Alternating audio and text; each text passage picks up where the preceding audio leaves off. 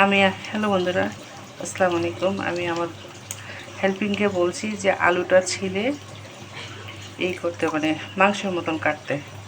সে কী করছে, এর আগে যেমন ভুড়ির আলু কাটতে বলছিলাম, দিয়ে দিয়েছিল কিসের আলু যেন কেটে, এবারে তাই করছে। কি করছে, আলুর মাংসের মতন আজকে একটু মানে ডিম রান্না করবো।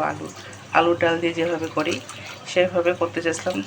এখন সময় লাগবে, তা ভাবলাম যে আলু কষাই ভেঙে তারপর ডিম রান্না করব। এতে সে এই কাজ করে দিচ্ছে। এখন কী করবো, এখন এই আলুটাই সব মশলা কষিয়ে নিয়েছি। এখন এই আলুটা এখানে দিয়ে দিব।